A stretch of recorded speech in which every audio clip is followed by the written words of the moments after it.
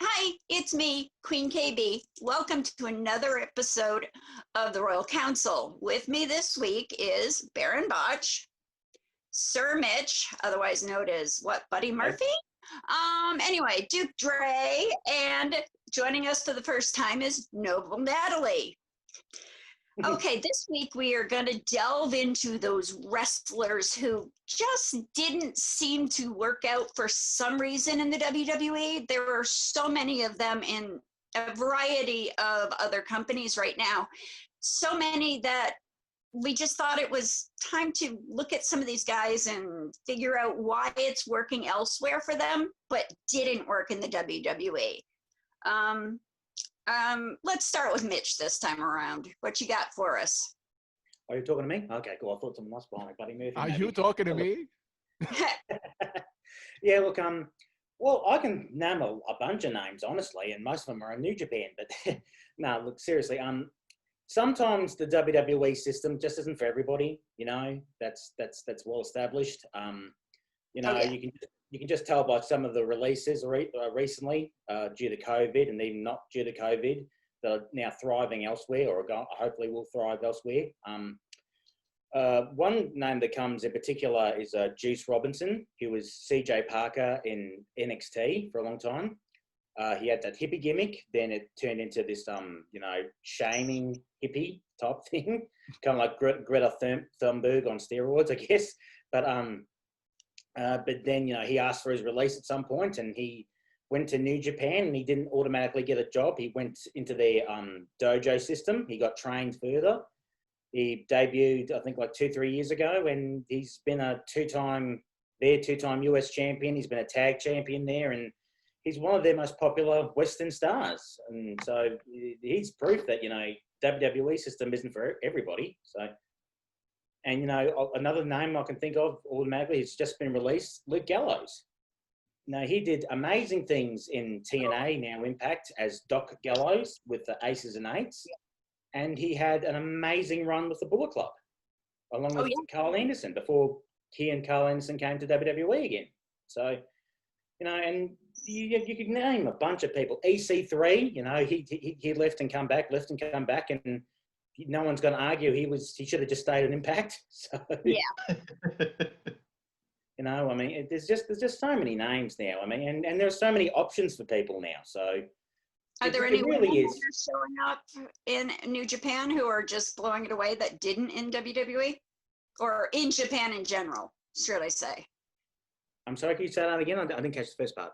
Are there any women from WWE who are doing better in Japan right now?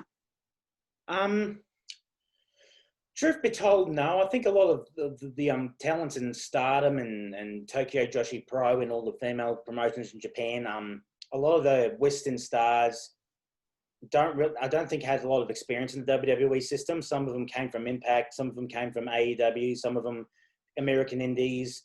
No, I don't think. One name I do think would do very well, not that she would ever leave WWE, I don't think. One name that would do very well in Japan would be Sasha Banks. I think she would do amazingly there, but not just because she's got the look that's, popular in Japan, bright colours and all that, bright hair. But she was like the anime herself. Yeah, exactly. Yep. And she's a fan of Japanese culture and anime. And so she would, I think during her break, she actually went to train in Japan for a bit. She got permission to WWE to go to, what's her name? Siki Sakara. I need to get that name right. Who competed in the Mae Young Classic. And she went to her dojo and trained for a bit. So before she came back. So Sasha would be one female name I think would do very well in Japan, quite frankly. Who else? Oh, no, that's not true. I'm very wrong. Toni Storm and Rhea Ripley both worked in Japan. They would do amazing in Japan. Toni Storm was held the top title in Stardom for a bit. So she would do well if she ever went back to Japan as well. And oh, wow. So there's plenty of names to go about. What about you, Dre? Can you think of anyone off the top of your head who's doing better than they did in WWE? Well, obviously, you got Cody Rhodes. That's kind of the end-all, be-all. I want to say Brody Lee, but it's too early in his AEW career to really say what he's going to do. I kind of think he's miscast or misused in the Dark Order shtick as a lead. I don't think that's for him. But I just it just doesn't fit him. I don't think it really fits him. They should just let him go as a solo monster heel and just let him go from there. I think it would have got over better than what he's doing. The Dark Order gimmick is never really quite caught on yet, and I think he's kind of dragging him down a bit.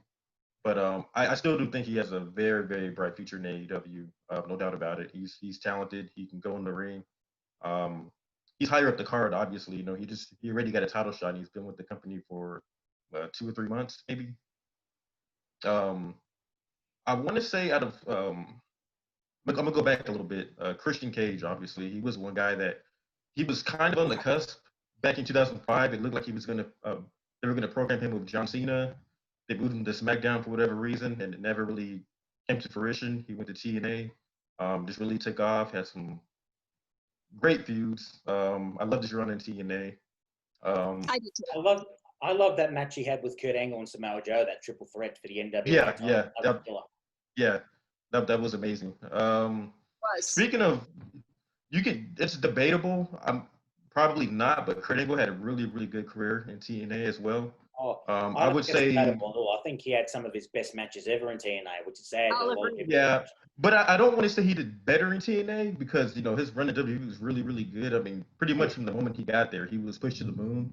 But it's pretty close, though. I mean, he had a bigger platform in WWE, obviously, but he did really, really good in TNA. Gail Kim is another one. Obviously, she did way, way better outside of WWE. She was there for a couple years, went to TNA, and then came back, which I don't know why she came back for. At that point, the women's division of WWE still wasn't really being pushed. Yeah, not at all.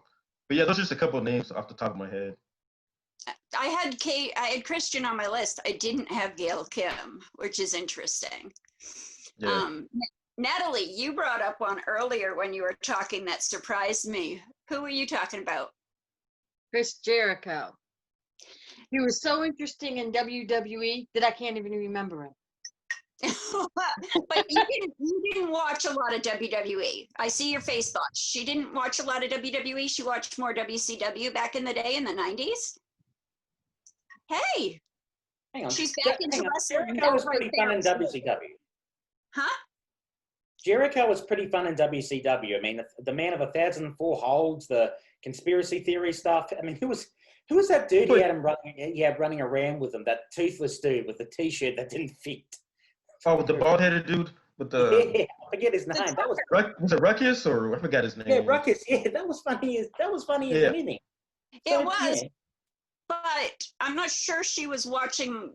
I don't know exactly when she was watching. But tell us why you think Jericho. Well, I didn't remember him from WWE, but I watch him on AEW, and he's actually fun. You can see in his eyes that he's having fun, even when he's screaming at someone. He's having fun. He's got the chance to be creative in his own way. Doesn't have someone on his back all the time going, do this, do this, do this, like in WWE. And yeah, I get it. What about you, Botch? Yeah, that is interesting that she says that. I mean, it's hard to know. You know, it's hard to know exactly what's going on backstage, especially with somebody like Jericho, you know, how much free reign he might have had. But I agree with you, Natalie, completely. Like, his run in AEW has been an absolute riot. Nobody comes up with catchphrases better than Chris Jericho. He's a million of them. A bit of the bubbly was an accident, and it blew up on a T-shirt. Le Champion is incredibly stupid on its own. Only he could make that fly. He's a riot. He's great on commentary. Who knew? Like, I kind the of lexicon of Le Champion, updating the list of Jericho, the lexicon of Le Champion. Yeah. Well, I mean, the lexicon of Jericho didn't last very long, but Le Champion's a riot. And it only lasted as long as he wanted it to. He can make anything fly. So to Natalie's point, I crinkled my nose at first, but I kind of see what you mean, because he really has just been so much more in AEW than probably even than his best moments in WWE, because things did feel a bit orchestrated. And in AEW, he feels much more off the rails. So I actually kind of agree with you. I was thinking Tangaloa, surprise Mitch. you thought you had them all to yourself. But he was nothing in WWE, nothing at all. He was Donnie Marlowe. He was in Camacho. I mean, just he was nothing. Absolutely nothing memorable was going on there. He did nothing. Playing Mexican American. What's that, Mitch? A Tongan playing Mexican American, a son of Haku playing. I mean, I don't get it. I don't. Yeah, I did. That really threw me off. I remember when I first heard that he was actually Samoan. I was like, what? Tongan. It's just so obvious when you look at him, what he is, and why are we running from it? Like, you've got the son of Haku, use that instead.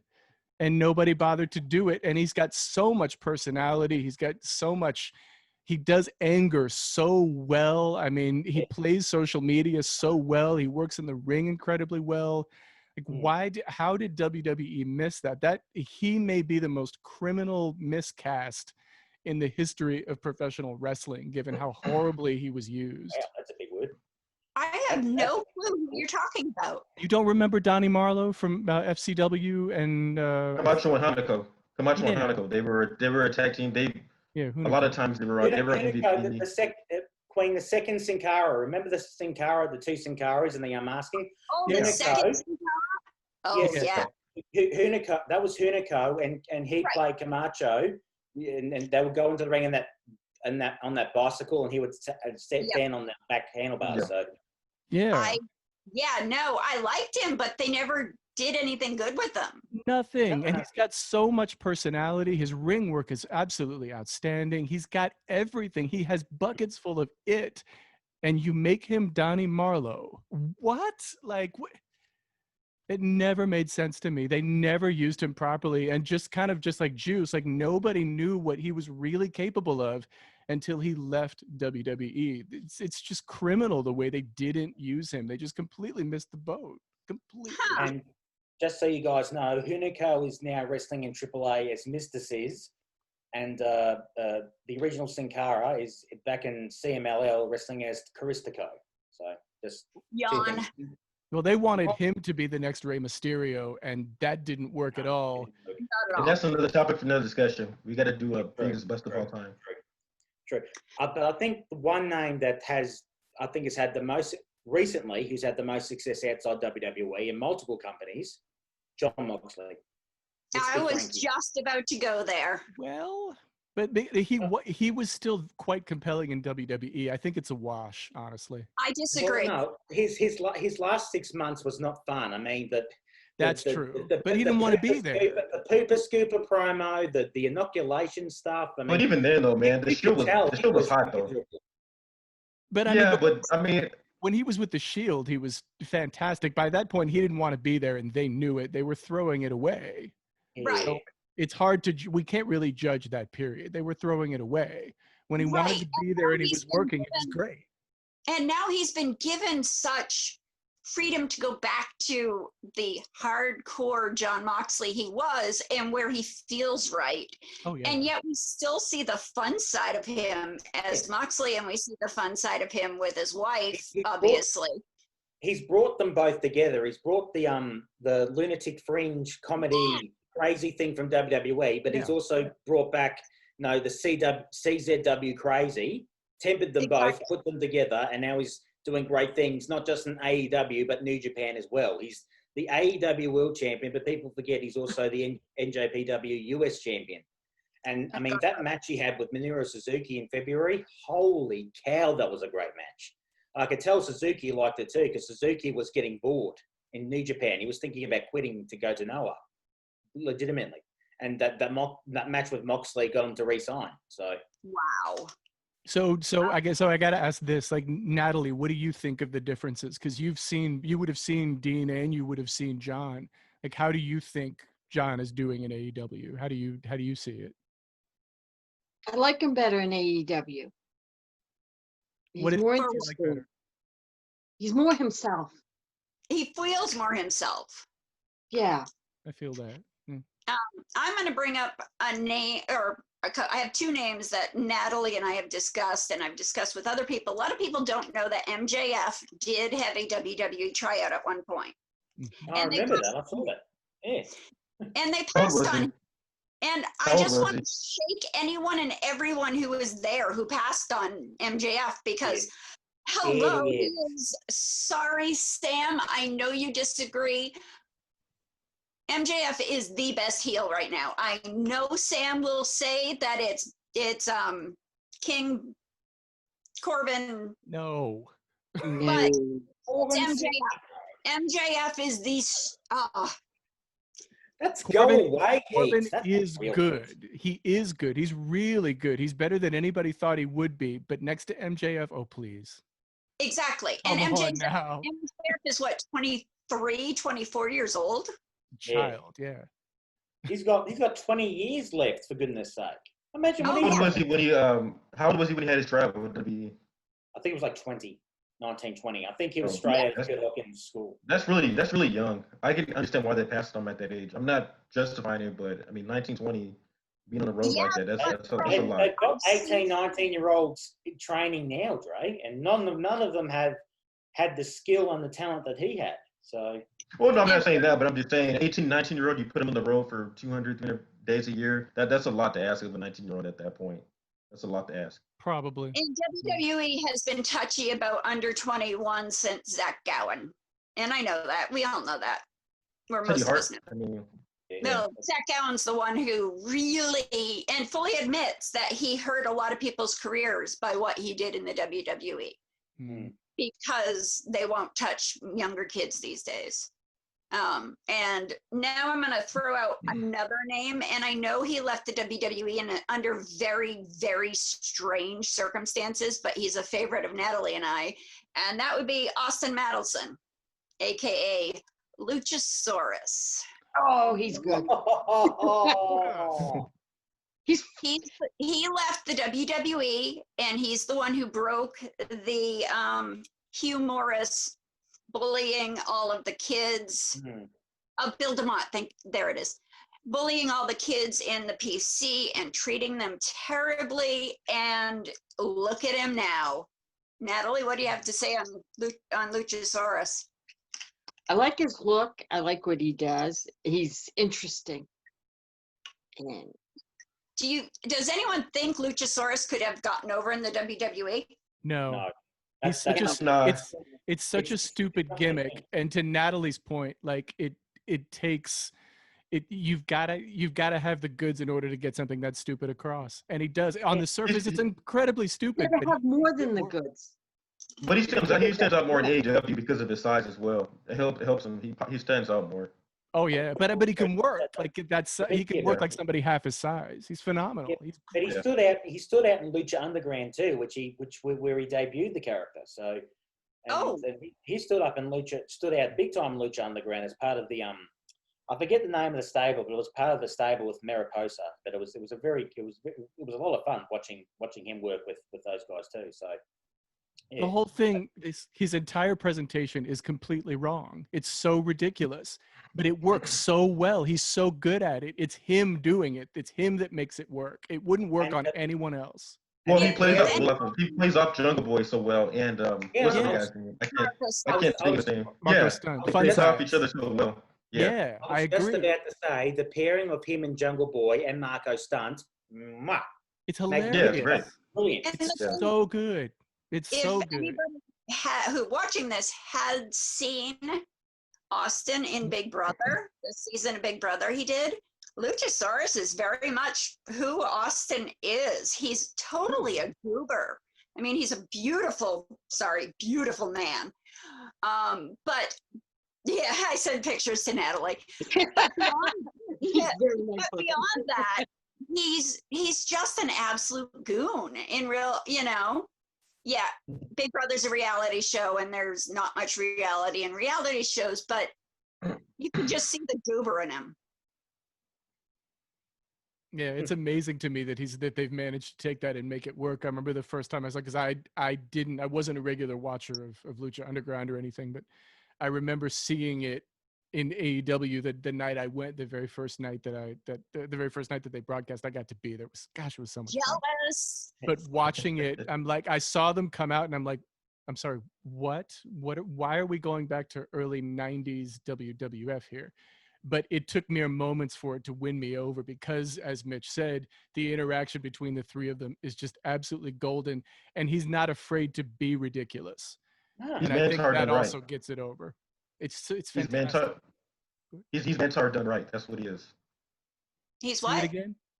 Mantar done right. Yeah. Done correctly. Yes. That's what it is. Yeah. Nailed Oh God, that's creepy to think about. it. Mantar. What a joke that was. Jeez. Like Giant Um, Gonzalez on acid.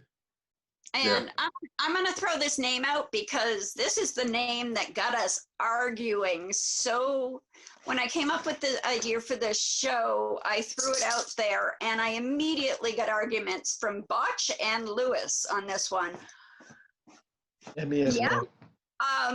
Personally, and while he had an amazing run in the WWE the first time around, and he got his name there and he developed there, I think his time in TNA and his time in AEW are going to be, were much better and are much better for his creative outlets. And I'm talking Matt Hardy. I can agree Oh, with yes, that. I was thinking of him. I Yes. can agree with that, quite frankly. But Botch, you He argued will be, with he will be remembered.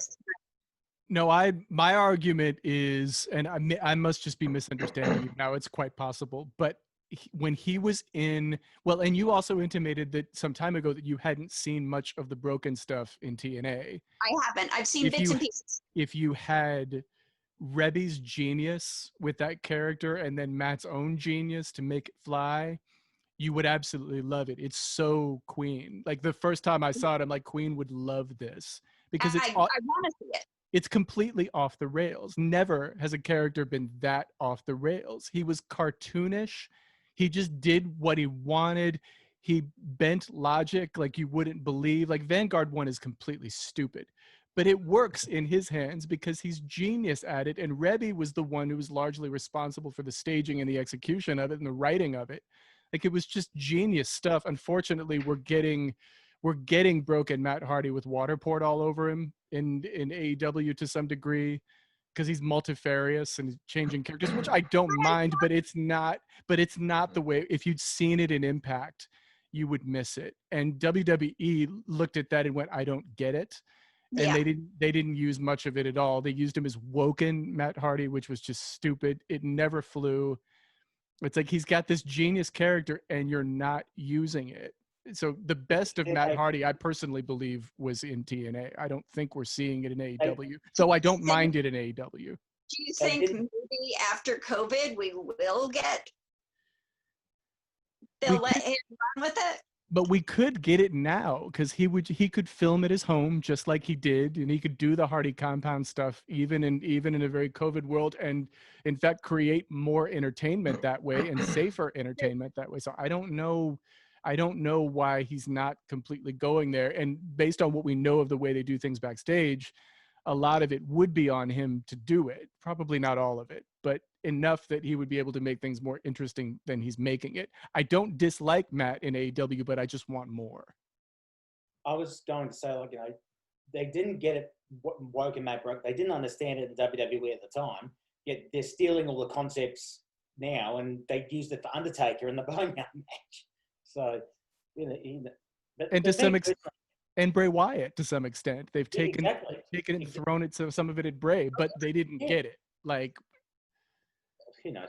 Like I said, I mean, personally, I don't really like the cinematic matches. They're not my thing, quite frankly. I don't blame anybody else who do like them, but I'm more old school, so sue me. But I absolutely love the character, the concept of the character and creation of the character. And with AEW, I actually like the idea of Matt actually going through all his various gimmicks. I mean, we get Broken Matt, we get Unkillable Matt, we get Hardy Boys Matt, yeah, we get version 1 Matt. No, Attitude, yeah. And he's running through them. And I mean, what was that match on the football gridiron field that they had at the last AEW pay-per-view? I forget what it's called. Yeah, that was somewhat. Yeah. Stadium, yeah. It was ridiculous, and I loved every second of it. It was completely not a wrestling match. It would have looked stupid on paper, but the talent involved made it work. It worked well. Jericho was a riot. Jericho's that was somewhat cinematic, but they tried to ground it more in reality, which I appreciated personally. But the one part that was very cinematic that I kind of, well, two parts actually that I found quite funny, is one when they were dipping him into that pool, and it was like the lake, what do you call it, the lake of reincarnation. He come out as a different thing, and then he finally came out as Broken Matt, and then he took, I don't know if it was Santana or the other one, but he took him into that bell and rang the bell, and the look on Santana's face, he sold that beautifully. And then the next Dynamite, he's acting like he couldn't hear, and he's screaming everything. That was I was in tears at that point. Funny. It was so funny. I mean, good television is good television. Yeah, This isn't a traditional sport that we're dealing with. If you're gonna tear the edges, go ahead and do it. I don't care. Entertain me. I mean, what did you think, Natalie? What did you think of that match? When you saw it? I don't know if I saw it.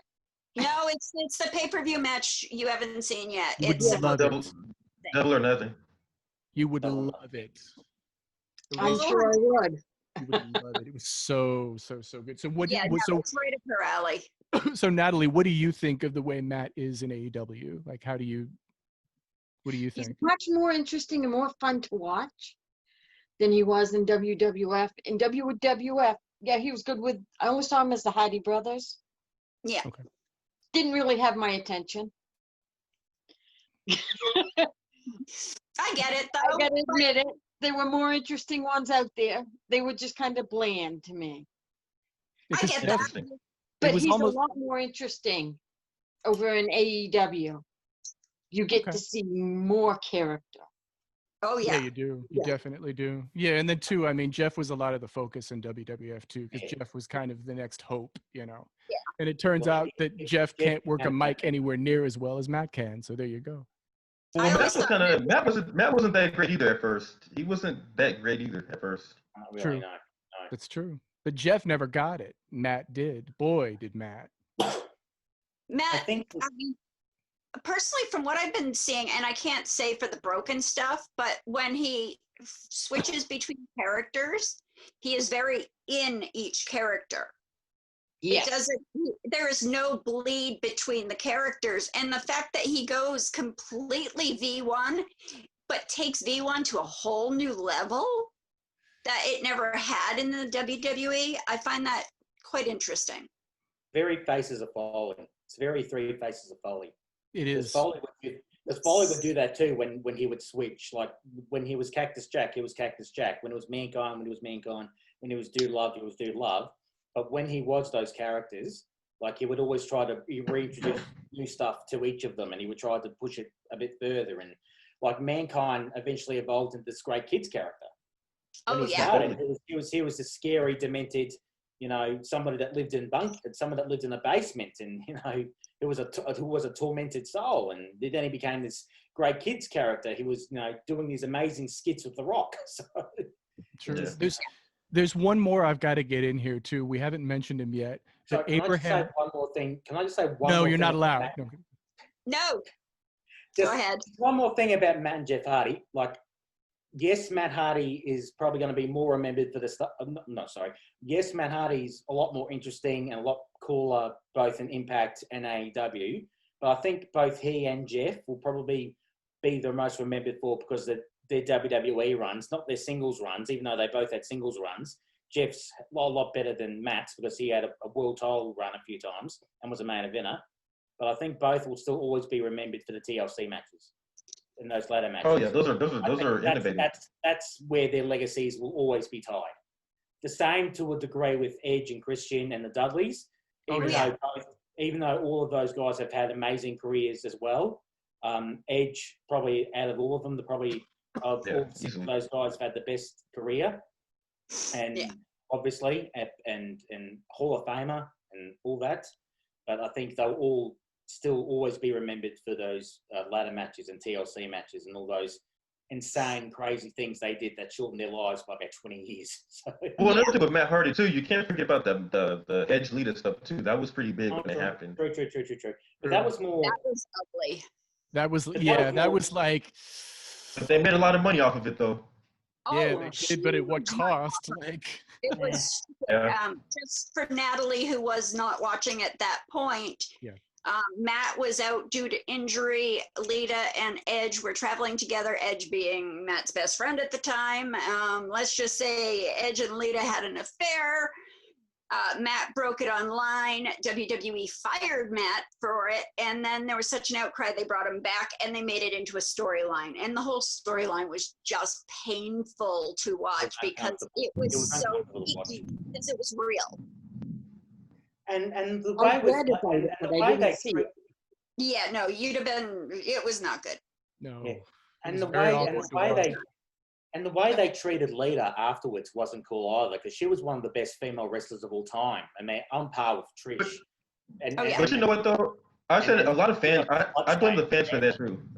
I blame the fans for that too, because they were saying some nasty things at her, and I'm thinking, yeah, that well, was, shouldn't you be mad at Edge too? Because Edge he took part in that. He was a part of that. yeah, But yeah. it And seemed like Edge, Lita and got Edge the was, brunt of and that. Edge was a married man at the time too. People don't. Yeah. people And You don't know they what's- both realize that. got married. And you know what's Exactly. funny? For the most part, Edge has gotten no slack for that whatsoever. Yeah, and None. that's None. not okay. Lita cops all of that, and that's not fair. She's Yeah. been slut shamed for that for 20 years. That is not okay. Agreed. And You Edge know, got off scot free. yes, she did the wrong thing, but they both did the wrong thing. Why she? Yeah, You know, definitely. that's sexism 101. That's not cool. And I Yeah. have heard from what Lita and Edge have both said that he was putting it on her hard. It was him who was pursuing her. And yet she was such a double standard. She was the one who caught all the flack. Matt was the injured one. Fully admit it. He deserved all the love for this. But Yeah. Edge got nothing but a championship run out of it. Mm-hmm. So, I want to throw out a pair of names that are who are newly out of WWE, and that's Revival. Oh yeah. And A how bit early. I think it's too soon for them. I think it's a little bit too soon to say with them. I want to give it another year before I really say. but Yeah. I feel like they're already relaxing. It's early. It's a Yeah. little too early. I think. Let I me mean, I see. think. There's the possibilities are incredible. Like we're gonna Yeah, get 'cause I mean, like FTR and FTR and the Young Bucks are gonna be fantastic when we get Yeah, it. that's gonna be cool. That's Yeah. gonna be nice. So, but in terms of That's like character development, they're basically exactly what they were in WWE. We don't even know yet. Yeah, but I don't know. And maybe it's just me, but they feel more comfortable.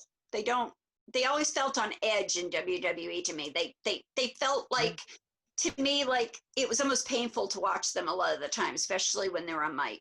They didn't fit. They just didn't No. fit WWE's aesthetic. They fit AEW's aesthetic much better. So the possibilities are really pretty endless there in a way that they weren't in the WWE. I mean, that's what I think anyway.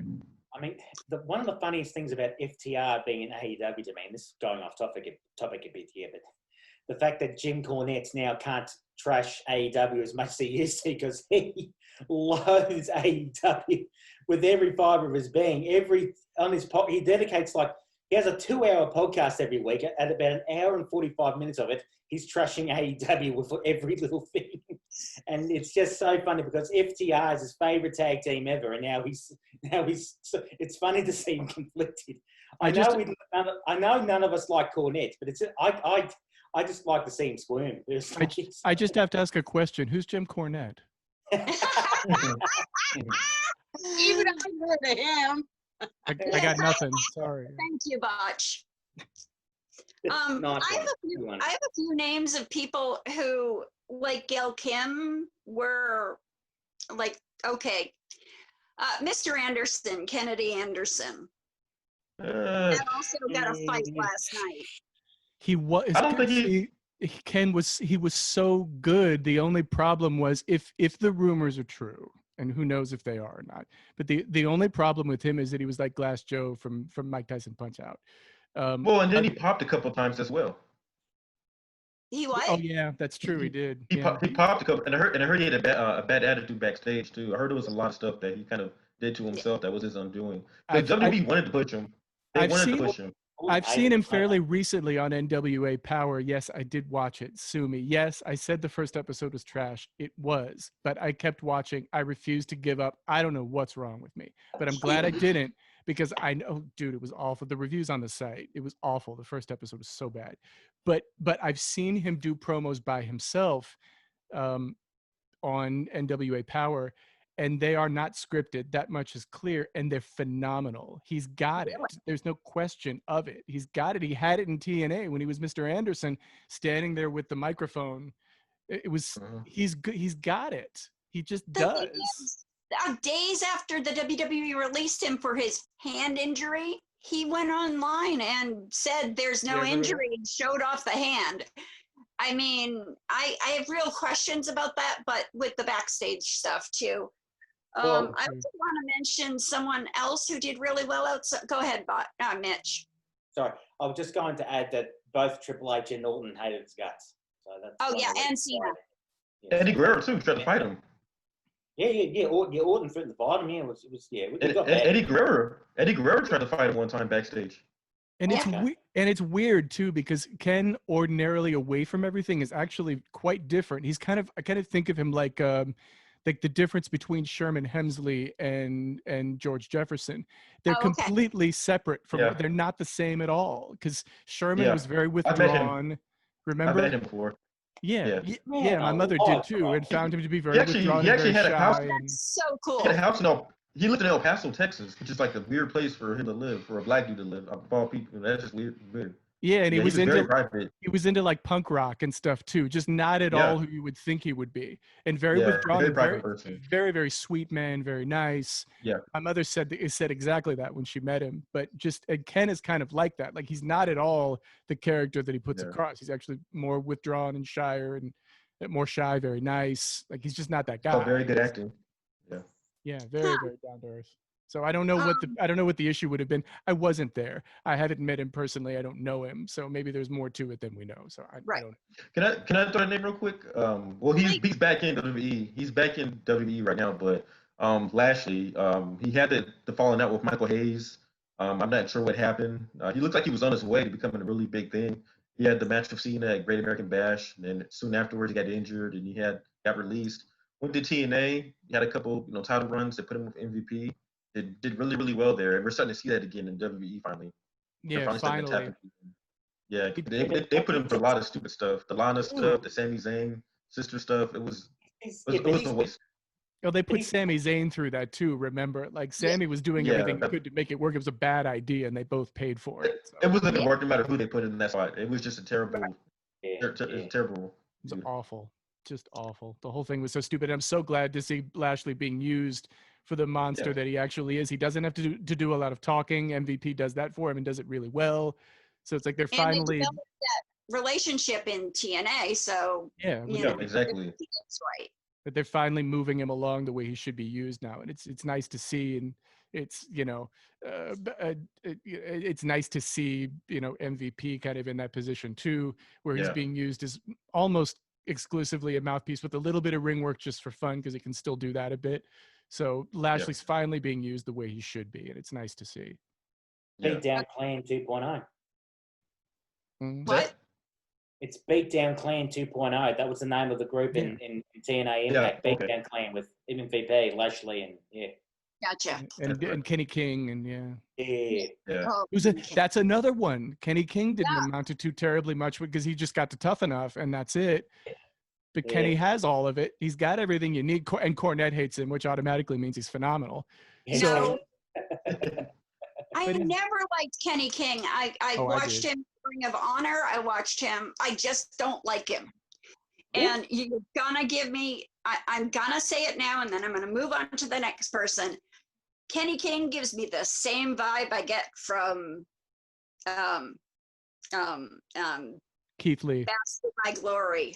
Keith Lee. Yeah, I know. I was about to ask you, just to be facetious. You're killing me. Let me guess. You have a feeling, right? It's that gut feeling, and I'm not talking about it with you, Botch. Not happening. Neither am I. He was a victim.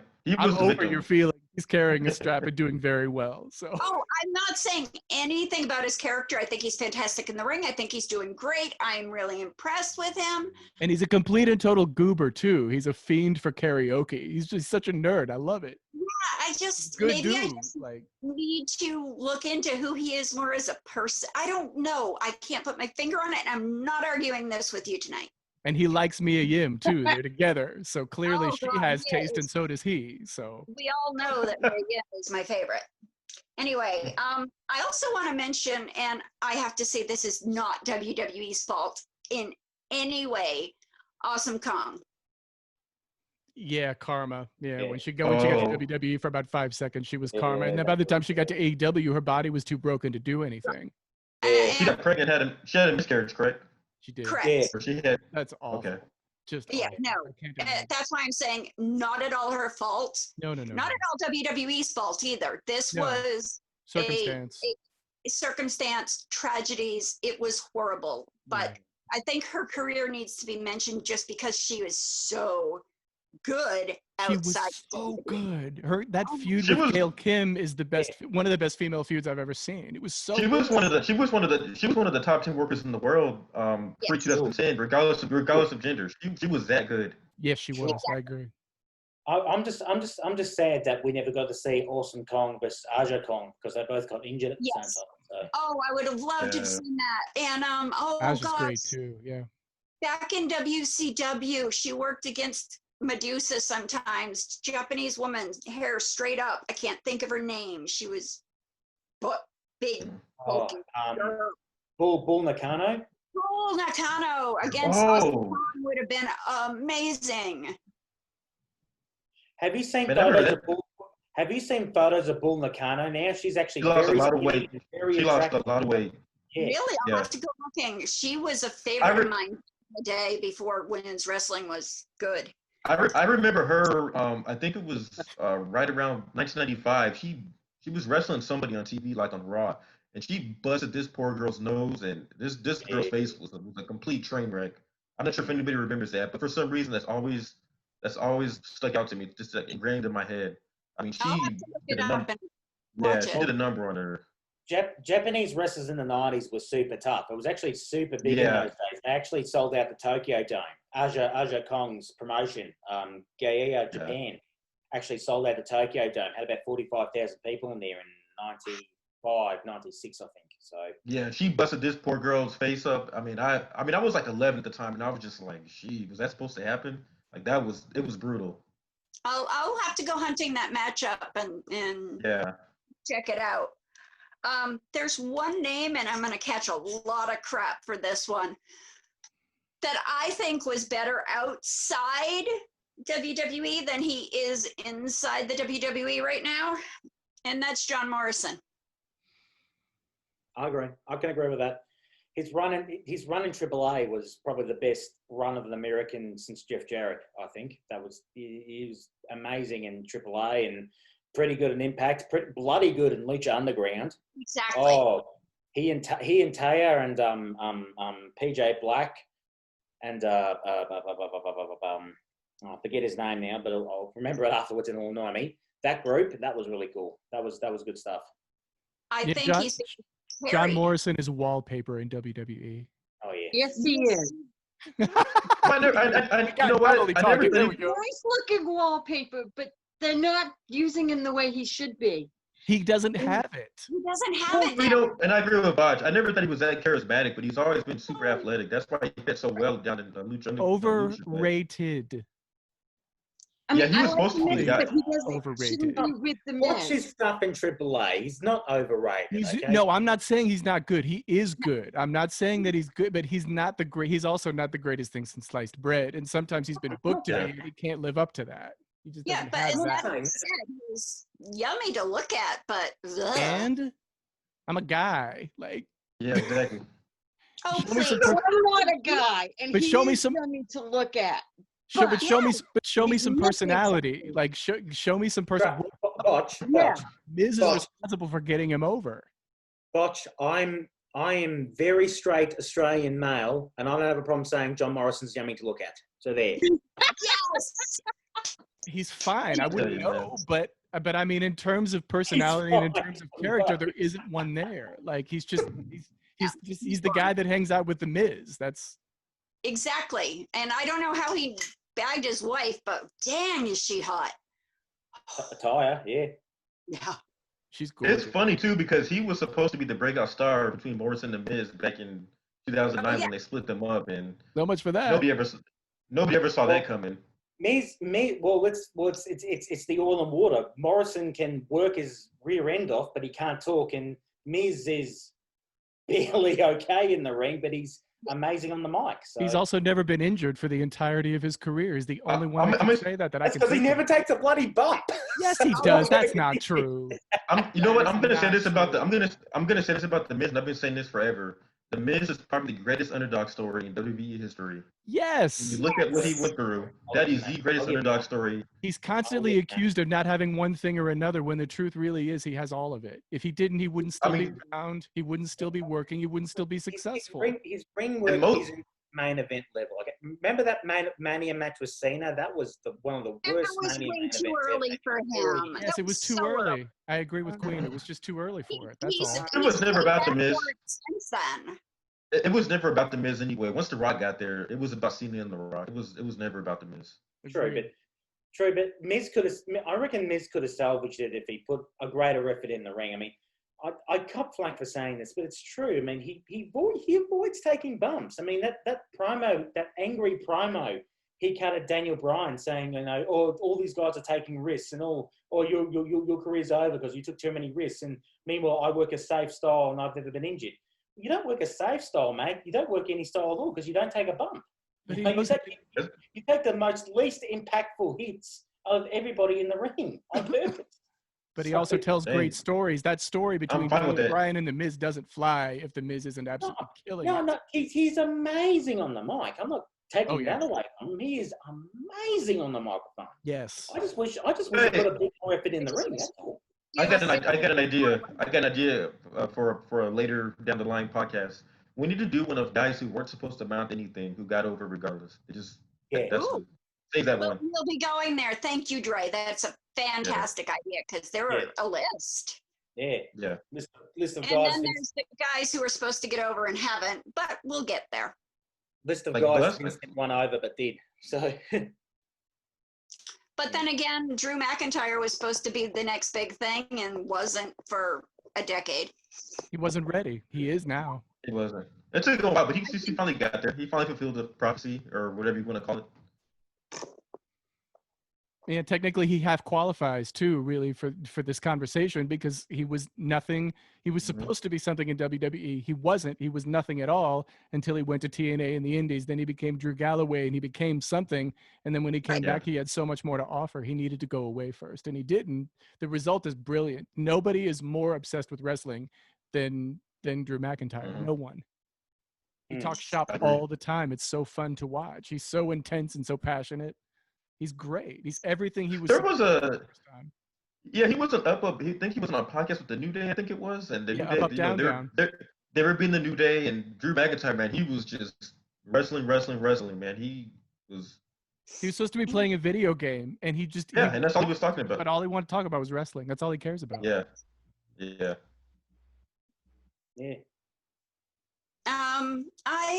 Is there anyone else has that is sticking in their mind that we need to talk about tonight? I have about 100 names, but I don't think we have the time. I know you do, and all New Japan, I'm sure. Give me one more, Mitch. I don't have any because all I know is AEW and WWE right now. Right, but you're learning more as we go along. I'm sitting here wondering how the heck do I see this New Japan stuff? We'll get you ain't missing nothing. NJPW 1984. No. They're on the web. You can see all their shows on the web. Yeah. NJPW World is the streaming service. I think it's NJPW 1984 for English, right, Mitch? Remind me. No, it's still NJPW World. So it changed. Okay, gotcha. There had been 1984 in the URL at one point. I remember. 1974. That's their English website. But right. That's what I'm saying. Yeah, she would need the English website. Yeah. Yeah. But the streaming service is NJPW World, and that's in English and Japanese. You have to switch a button to get it to English. Yeah, it's worth seeing. It's a completely different thing. It's a much dirtier aesthetic, and I don't mean dirty in a bad way, but it is interesting. And the shows go on forever, but it is interesting. And I mean, if you want to see great heel work, that is where you find it. And great They're just wrestling. merciless. Oh yeah. Oh, It's heel I like homicidal really good heel. ones coming from New Japan back, even in the 90s and the 80s. Well, no, 90s. I didn't see it much in the 80s. But there were some Japanese who came over, thanks to, and I need to say this before I wrap up. It came out this past week or so that Nancy Benoit was actually the person who pushed WCW a lot to look at the Mexican and Japanese wrestlers. She was actually the impetus behind a lot of that. That just came out this past week. Really? Yes. That's because she worked with a lot. That's because she worked with a lot of them in ECW, and she got all their details. And when she went from ECW to WCW, she went to Eric Bischoff and said, "You got to get a look at these guys." So Well, but he also had connections with Sonny Ono. Sonny Ono and he were friends. Sonny Ono is mostly responsible for the Japanese talent. But Well, Nancy, I've heard that story for decades. She pushed hard. Good. That just came out this past week, and I'm very, very Was she impressed. the reason? Was she the reason that Ray got? Was she the reason Ray got signed to WCW back in the mid-90s? I think so. Yeah, because I remember AAA was pretty innovative in the early 90s. All those Japanese and Mexican guys were the reasons you watched everybody else for stories. You watched them if you wanted ring work. Those were the ones you watched, and they were always used as warm-up matches. That was the backbone of the cruiserweight division. So that was the backbone of WCW. I'll take it further. Yeah. Like they were the ones putting on the matches that you really wanted to see. And I mean, it was even true that when they were putting on those matches, all the other guys in the back were watching monitors. They were watching those matches. Oh yeah. And then you would get the other stuff afterwards that you didn't care quite so much about. But for those of us who loved wrestling, we watched those matches. But even before then, we had the Great Muta in the NWA in the 80s, though. So let's point that out. We had Kabuki too, who could work his face off. Gosh, I think Muta was the scariest dude I ever saw in my life was Great Kabuki. My God. I think Muta had the more success though. He was the NWA World Champion for a while. He had amazing matches with Sting and Muta. I regard Muta the same as Liger. Liger is going to be in the WWE Hall of Fame this year. I reckon Muta will be in next year. So Liger defies age. I don't understand him. He's just ridiculous. Well, not anymore. He's finally retired. So yes. Yeah, no, I know, but I mean, for a long time, he defied age. It was like a picture of Dorian Gray, just a picture aging in the attic. Like, it helps. How are you doing this? Like, well, it helps that he wears a mask with a wig, so don't see all his grey hair. But still. True, but I mean, I'm talking in terms of like his ring work and his athleticism and how limber he is, and you shouldn't be at that age, and yet he was. And there's another one who did better outside the WWE. Liger was in WWE? No, that's what I'm saying. He never did. He was in WCW. Right. Oh, yeah, he was in WCW. But that's what I'm saying. Yeah, These he was. people Just not WWE. Who have done so much better outside the E. I know he never. He did have that one match in NXT. Well, Sting did too. So there you go. Like if we're going there, then true. I blame Sting. Yeah. What? Said Liger did have that one match in NXT though. With the one with Tyler Breeze. Yeah. Which so there you go. Oh my That's gosh, pretty good. That was a good match. That was delicious. I think that's about it for today. Thank you for joining us as always with Sir Mitch, Baron Botch, Noble Natalie, and Duke Dre. I am Queen KB signing off. Have a great week and stay safe. Hey guys, what's up? Baron Botch again.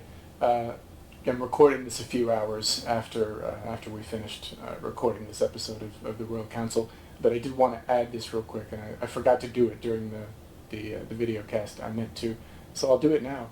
The shirt. Do you not love the shirt? How can you not love this shirt? The shirt is brilliant. It's hilarious. It comes from a worker named Leonard Literacy. He's an indie guy.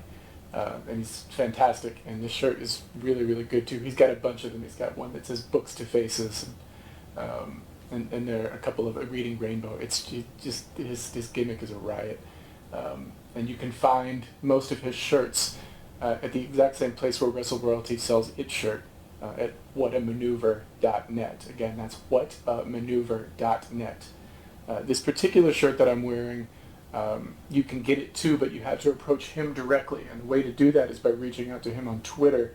His Twitter handle is, yes, I'm cheating, Leonard Book It One. Again, that's Leonard Book It One. That's where you can find him at Twitter. His DMs are open.